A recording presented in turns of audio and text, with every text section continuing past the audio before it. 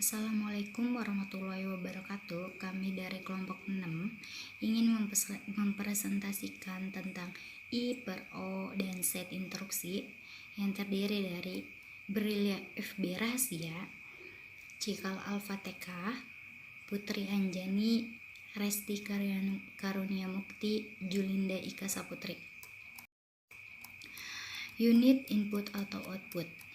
I per O adalah suatu mekanisme pengiriman data secara bertahap dan terus-menerus melalui suatu aliran data dari proses ke peranti, atau begitu pula sebaliknya.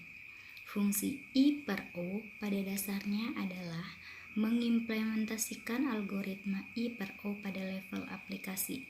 Hal ini dikarenakan kode aplikasi sangat fleksibel. 1. Unit input atau output.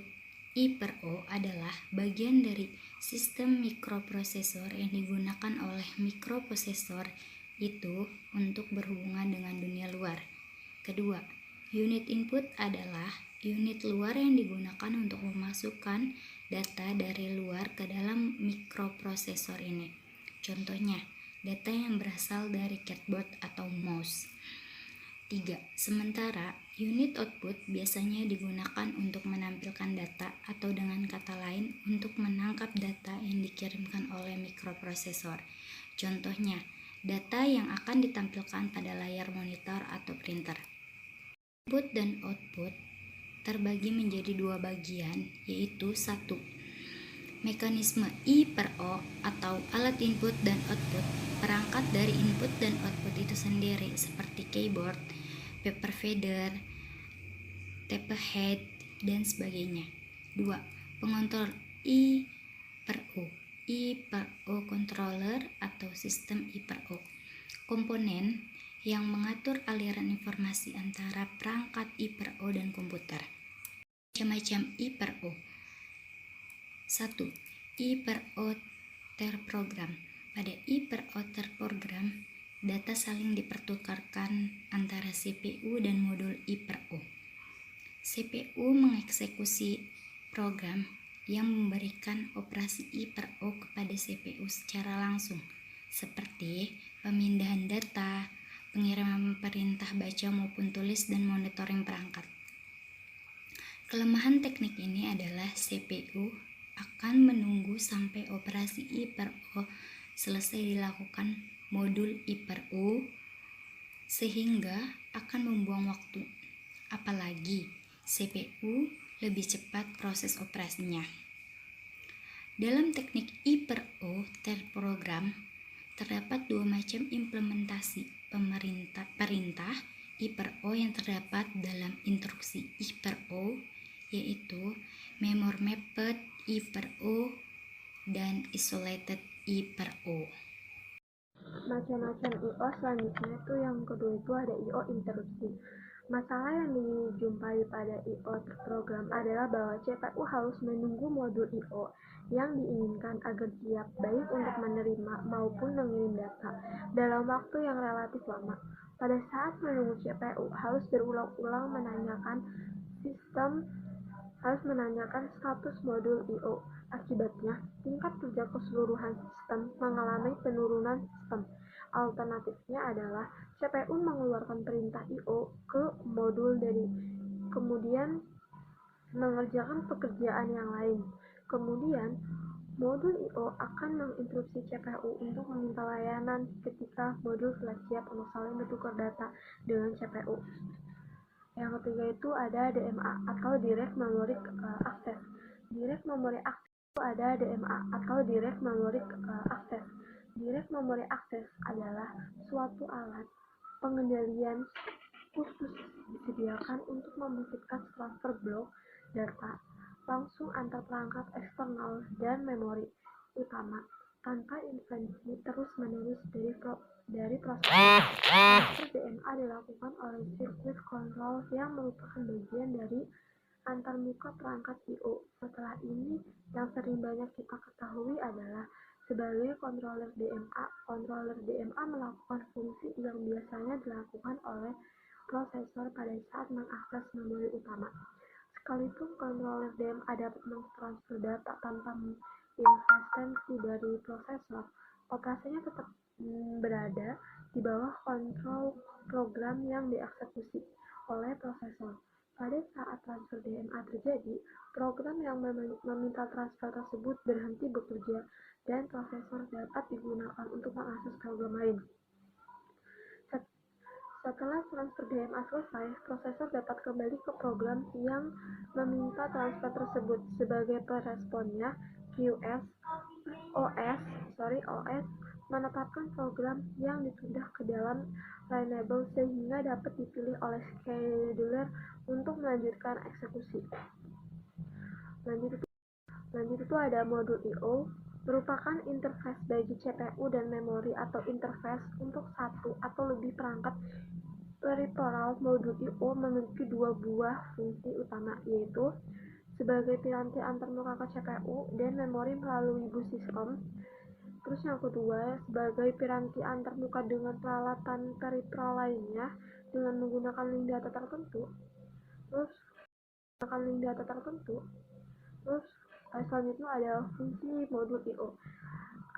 Yang pertama itu ada kontrol dan timing. Fungsinya mensinkronkan kerja masing-masing komponen penyusun komputer, terus mengatur sistem rencana keseluruhan. Selanjutnya itu ada komunikasi CPU, itu sebagai media komunikasi dari CPU menuju device eksternal. Komunikasi perangkat sebagai media komunikasi dari device eksternal menuju CPU. Selanjutnya ada data buffering, berfungsi sebagai penampung data sementara baik dari CPU atau memori maupun peripheral. Dan terus yang terakhir itu ada deteksi error, berfungsi sebagai pendeteksi kesalahan yang ditimbulkan. Struktur modul input or output. Antarmuka modul input or output ke CPU melalui bus sistem komputer terdapat 3 saluran. Yang pertama yaitu saluran data. Saluran data adalah saluran yang memberikan lintasan bagi perpindahan data antara dua modul sistem. Yang kedua yaitu saluran alamat. Saluran alamat yaitu bus kontrol digunakan untuk mengontrol akses ke saluran alamat, penggunaan data, dan saluran alamat.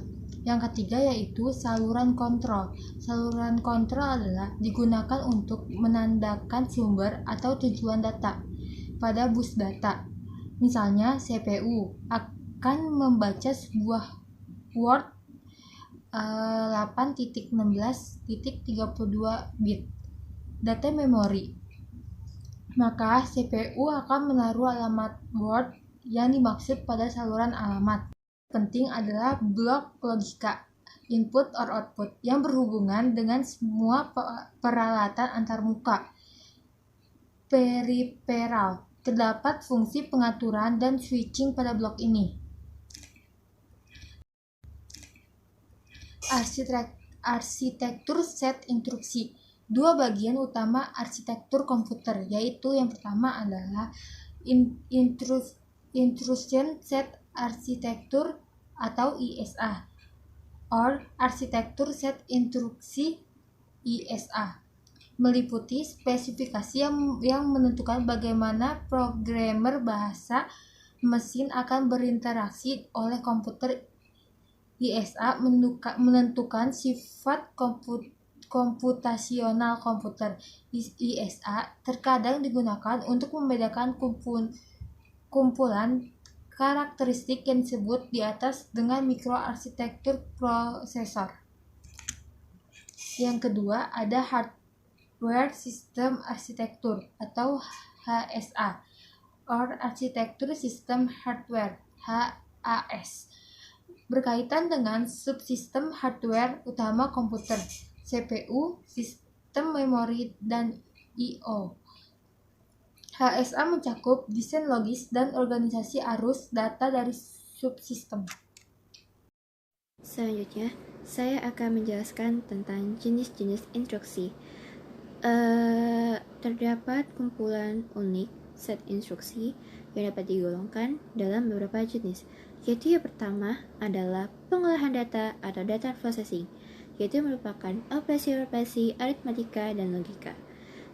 Operasi aritmatika ini memiliki kemampuan komputasi untuk pengolahan data numerik, sedangkan instruksi logika beroperasi terhadap bit word sebagai bit, bukan sebagai bilangan, sehingga instruksi ini memiliki kemampuan untuk pengolahan data lain. Yang kedua adalah perpindahan data atau data movement, yaitu merupakan instruksi perpindahan data